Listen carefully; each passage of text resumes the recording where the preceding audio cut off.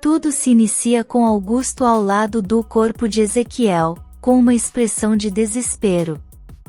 Ele encara o rosto sem vida do homem e, com a voz trêmula, pergunta o motivo de tudo aquilo. Matilde, ainda em choque, diz que ninguém sabe ao certo o que aconteceu. Lázaro balança a cabeça, confuso, afirmando que entende que Ezequiel não queria depor, mas jamais imaginou que chegaria a esse ponto. Augusto estreita os olhos, como se uma peça solta finalmente se encaixasse em sua mente. Ele murmura que agora tudo faz sentido. Ao ver a curiosidade nos rostos dos outros, ele revela que Ezequiel tinha um segredo do passado, algo que ele temia que fosse descoberto. Todos o encaram, esperando pela resposta. Então, Augusto revela, anos atrás, quando deixou o povoado, Ezequiel foi pego roubando. Esse erro poderia prejudicá-lo com a polícia, caso viesse à tona. O silêncio é absoluto, enquanto a revelação paira no ar. Mas Lázaro ainda parece desconfiado, como se sentisse que havia algo mais escondido naquela história. Enquanto isso, em outro canto da cidade, Carina está com Paulinho. O menino olha para a tia, com os olhos marejados, e pergunta se nunca mais poderá falar com seu pai.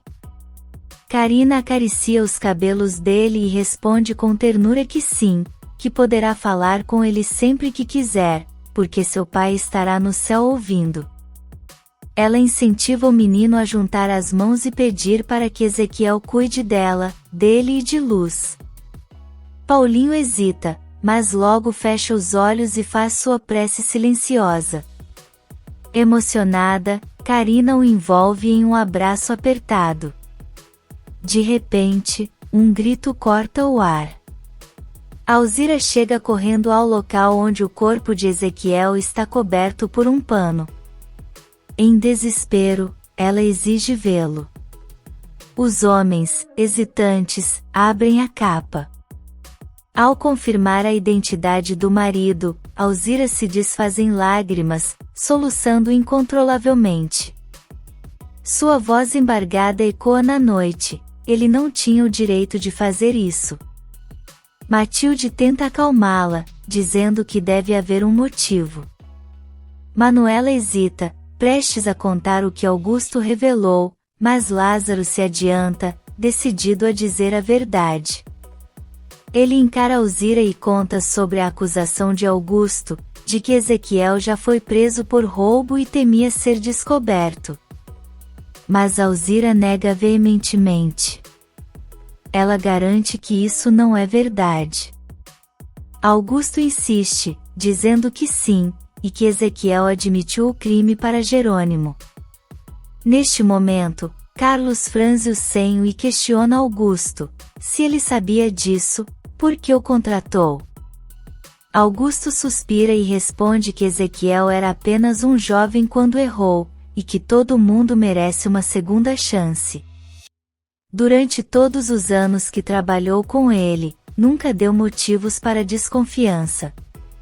Enquanto isso, Alison conversa com Aníbal, tentando convencê-lo a buscar seus direitos sobre os bens de seu pai. Aníbal não entende aonde ela quer chegar. Alison explica que no lugar onde ela morava, os filhos têm direitos sobre a herança dos pais, e que ele precisa se informar sobre as leis locais. Ela reforça que se seu pai realmente for uma pessoa influente no povoado, ele pode ter muito a ganhar. Jerônimo, por outro lado, sente-se culpado pela morte de Ezequiel. Ele acredita que se não tivesse mencionado seu nome para depor, nada disso teria acontecido. Augusto o encara, exigindo saber por que ele fez isso. O clima fica tenso quando Jerônimo revela que apenas cumpriu ordens, pois foi Augusto quem mandou matar Álvaro na cadeia. A discussão se intensifica, as vozes se elevam. Renata se impõe entre os dois, ordenando que parem. É um momento de dor para Alzira, e eles precisam respeitá-la. Mas Alzira, ferida e indignada, diz que agora sabe que Ezequiel nunca confiou nela. Depois de tantos anos juntos, ele decide agir dessa forma? Sem esperar resposta, ela se afasta, sem olhar para trás. Na empresa, Matias entra na sala de Honório, perguntando se Adriana já contou a ele o que aconteceu na noite anterior. Honório assente e diz que sim, que ouviu sobre Roberta e Germano. Matias suspira e questiona a opinião do tio sobre isso. Honório balança a cabeça, afirmando que não gostou nada, pois Germano tem fama de mulherengo, mesmo sendo casado. Matias concorda e acrescenta que Roberta também não é uma pessoa confiável. Ele decide que precisa conversar com ela antes que algo pior aconteça. Honório pondera que o mais sensato seria avisar Gonçalo, já que ele e Germano são amigos próximos. Ele saberia como lidar com a situação. Matias concorda e pergunta quem vai contar. Honório sugere que os dois falem juntos com Gonçalo. Enquanto isso, Germano já está no escritório de Gonçalo.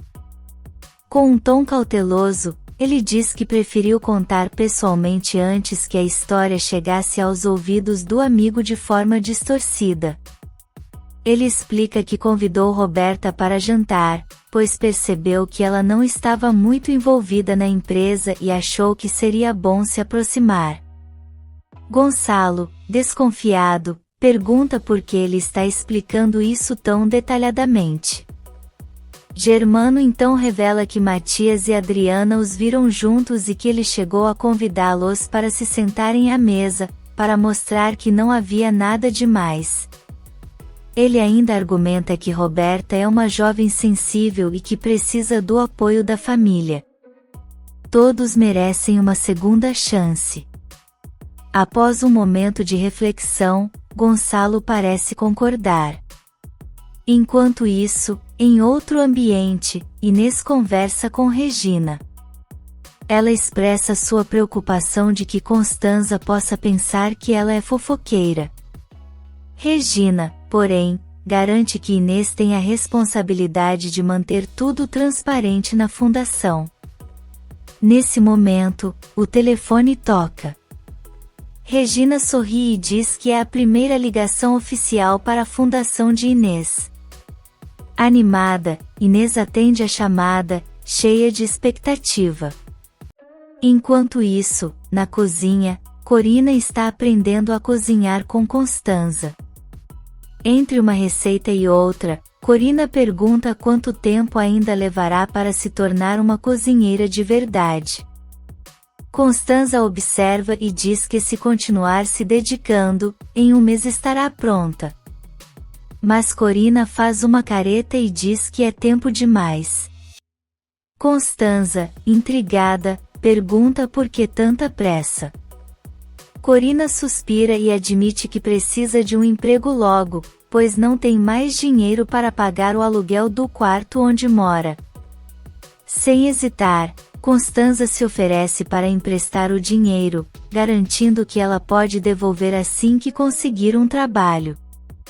Corina hesita, preocupada de que Inês descubra. Mas Constanza sorri e garante que fará isso discretamente, sem envolver a fundação. Aliviada, Corina agradece, emocionada, chamando-a de seu anjo da guarda. No hospital, César termina mais um exame, e inquieto, questiona o médico sobre a repetição do procedimento. Ele suspeita que algo está errado e que talvez o doutor tenha detectado algo anteriormente, mas manteve em segredo. O médico hesita, afirmando que a situação é delicada e que prometeu não revelar nada. A tensão aumenta quando César exige saber para quem essa promessa foi feita. O doutor então confessa que jurou sigilo ao pai dele e sugere que voltem a conversar no consultório no dia seguinte. César, desconfiado, sai sem obter mais respostas. Na empresa, Honório e Matias se surpreendem quando Gonçalo revela que Germano já lhe contou sobre o jantar com Roberta. Curiosos, querem saber por que ele trouxe o assunto à tona. Gonçalo explica que inicialmente, ninguém queria que Roberta ingressasse na empresa, fazendo com que ela se sentisse deslocada. Agora, com Germano, ela parece mais à vontade. Honório permanece cético, mas Gonçalo garante que confia no amigo e acredita que todos devem apoiá-lo. Mesmo inseguros, Matias e Honório decidem aguardar para ver no que isso vai dar. Na Bonita, Renata e Jerônimo chegam em casa acompanhados de Carlos, Matilde e Manuela. Lá, encontram Alisson e Aníbal. Manuela, em meio à correria dos últimos dias, pede desculpas por não ter apresentado Alisson antes. Todos se cumprimentam e Manuela explica que sua neta ficará um tempo na fazenda. Renata sorri e lhe dá as boas-vindas. Com o velório por acontecer, todos começam a se organizar. Manuela e Matilde se encarregam de preparar os quartos, levando Alisson e Aníbal com elas. Enquanto isso, Carlos avisa que precisa ir buscar Priscila no aeroporto, e Jerônimo concorda, lembrando que foi um dia exaustivo. Na cruz de amor, Augusto paga um homem pelo serviço prestado e o elogia pela eficiência. Em seguida, menciona que agora está sem capataz e pergunta se ele gostaria de assumir o cargo de Ezequiel. O homem aceita prontamente, perguntando quando pode começar. Augusto pondera, dizendo que, por ele, começaria imediatamente, mas prefere aguardar o fim do velório para evitar comentários sobre sua frieza. Por outro lado, Carina se aproxima de Alzira e pergunta se ela quer ajuda para arrumar a casa para o velório. Alzira, indiferente, responde que tanto faz, deixando claro que só está fazendo isso porque Ezequiel era pai de seus filhos. Se dependesse dela, não faria nada. Carina se surpreende e questiona o motivo de tanta mágoa. Alzira, amargurada, explica que ele nunca foi sincero com ela e que agora, entende porque dizia à Luz que tinha vontade de sumir. Com os olhos carregados de ressentimento, ela garante que jamais o perdoará. Enquanto isso, Augusto liga para Roberta, que atende de imediato, dizendo que já era hora de ele dar notícias. Com um tom irônico, comenta que quase achou que ele tivesse se esquecido dela. Augusto, sem paciência, diz que estava resolvendo algumas coisas e que agora é hora dela ligar para Renata e perguntar por Ezequiel. Roberta hesita, alegando não ter pretexto para isso. Augusto insiste, garantindo que Renata mencionará o velório, e assim, ela poderá fingir surpresa. Assustada, Roberta pergunta se ele matou Ezequiel, mas Augusto nega, ordenando que ela faça o que foi combinado. Ao desligar, Roberta fica inquieta, repetindo para si mesma que não duvida de nada quando se trata de Augusto. Na empresa, Adriana tenta tranquilizar Matias, dizendo que ele não foi o único a desconfiar da relação entre Roberta e Germano. Ainda assim, ele se sente mal, pois começa a considerar que seu pai pode estar certo. Germano não a levaria a um lugar público se tivesse más intenções. Adriana concorda e sugere que ele pare de se preocupar. Matias suspira e diz que ela tem razão, pois apenas o tempo revelará as verdadeiras intenções de Germano. No estacionamento, Roberta caminha distraída quando Leandro abre a porta do carro. Ela se assusta ao ver Josefina dentro do veículo, que a convida a entrar. Roberta, ainda surpresa, senta-se e pergunta o que está acontecendo. Josefina, com um sorriso enigmático, comenta que já que a filha não tem tempo para visitá-la, ela própria resolveu ir atrás dela. No aeroporto, Carlos reencontra Priscila, que fica radiante ao vê-lo. Animada, ela comenta que é inacreditável terem ficado tanto tempo sem se ver. Em tom nostálgico, menciona que gostava muito dele na época em que namoravam. Carlos, porém, a encara com seriedade e diz que esse tempo já passou. Nada será como antes. Priscila sorri, mas seus olhos demonstram que ainda não está convencida. Roberta, sentada no carro ao lado de Josefina, questiona como ela conseguiu sair da ala psiquiátrica. Com um tom de superioridade, Josefina a repreende por subestimá-la. Então, mostra um documento assinado pelo diretor da instituição. Roberta, incrédula, pergunta como ela sempre consegue manipular as pessoas a fazerem o que quer. Josefina sorri e responde que essa é a diferença entre elas. Em seguida, deixa claro que quer dinheiro. Roberta hesita, argumentando que não pode simplesmente retirar grandes quantias sempre que a mãe quiser. Mas Josefina rebate, afirmando que o dinheiro é dela por direito e exige saber onde está guardado. Roberta suspira e responde que está em sua casa. Josefina ordena que vão para lá imediatamente. Mas Roberta se recusa, justificando que Gonçalo e Regina esperam para o almoço. Josefina debocha, chamando-os de família perfeita. No fim, ela concorda em esperar do lado de fora enquanto Roberta pega o dinheiro. Sem escolha, Roberta sai do carro e segue para seu próprio veículo, sentindo-se cada vez mais presa nas manipulações da mãe. De volta ao povoado, a casa de Alzira estava cheia. Amigos e familiares haviam se reunido para prestar suas últimas homenagens a Ezequiel. Alzira, visivelmente abalada, se aproximou do caixão, mas Karina tentou impedi-la, dizendo que talvez fosse melhor não ver. No entanto, Alzira insistiu, alegando que precisava ter certeza, pois não queria passar pelo mesmo sofrimento que viveu com Álvaro. Diante do argumento, Karina acabou concordando. Lázaro foi chamado para abrir o caixão, e assim que o fez, Alzira prendeu a respiração ao encarar o corpo sem vida. Nesse momento, Antônio chegou, aproximando-se de Matilde e Manuela para perguntar quem era a viúva de Ezequiel. Quando lhe mostraram, ele perguntou se esperavam que ele conduzisse a missa, mas logo explicou que não era padre.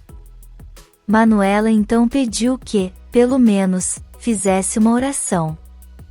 Antônio concordou e foi até Alzira, expressando seus sentimentos e oferecendo-se para rezar um terço. Ela aceitou. Enquanto isso, Renata e Jerônimo se aproximaram e abraçaram Alzira, transmitindo apoio. Antônio iniciou a oração e, ao final, Alzira não conseguiu conter a dor e correu para o quarto. Renata, preocupada, decidiu segui-la. No quarto, Alzira se jogou na cama, chorando compulsivamente. Renata sentou-se ao seu lado e tentou acalmá-la. Entre soluços, Alzira desabafou, questionando por que os homens sempre mentiam para as mulheres. Dizia ter acreditado que Ezequiel fosse um homem íntegro, e agora sentia apenas raiva. Renata ouviu com paciência e respondeu que a mentira não era um defeito exclusivo dos homens. Ela mesma havia sido enganada, mas teve a sorte de ser acolhida por um padrasto amoroso. Alzira lamentou não ter tido a mesma sorte, mas Renata tentou encorajá-la, dizendo que sua vida continuaria e que ela ainda poderia encontrar amor e felicidade. Aquelas palavras tocaram Alzira, que emocionada, abraçou Renata. Na mansão, Regina mostrava a Gonçalo a lista de convidados para o casamento. Ele observou os nomes e pediu para incluir Germano e sua esposa, justificando que Germano estava ajudando Roberta a se integrar na empresa. Regina sorriu, satisfeita com a atitude do marido. Nesse momento, Roberta entrou e cumprimentou os dois. Regina informou que pediria para servirem o almoço, e Roberta avisou que subiria ao quarto para pegar algumas coisas antes. Lá fora, Leandro olhava para a mansão e perguntou a Fina se a propriedade era dela. Ela confirmou, e ele se mostrou surpreso por ela ter abandonado uma casa tão imponente. Fina, no entanto, respondeu, com rancor, que a casa havia sido roubada por Regina. Nesse instante, viu alguns funcionários da casa jogando fora roupas que haviam pertencido a ela. Furiosa, cerrou os punhos e estreitou os olhos. Enquanto isso, no quarto, Roberta pegava uma caixa e colocava dinheiro dentro. Depois, guardou o restante no fundo de uma gaveta, certificando-se de que ninguém veria.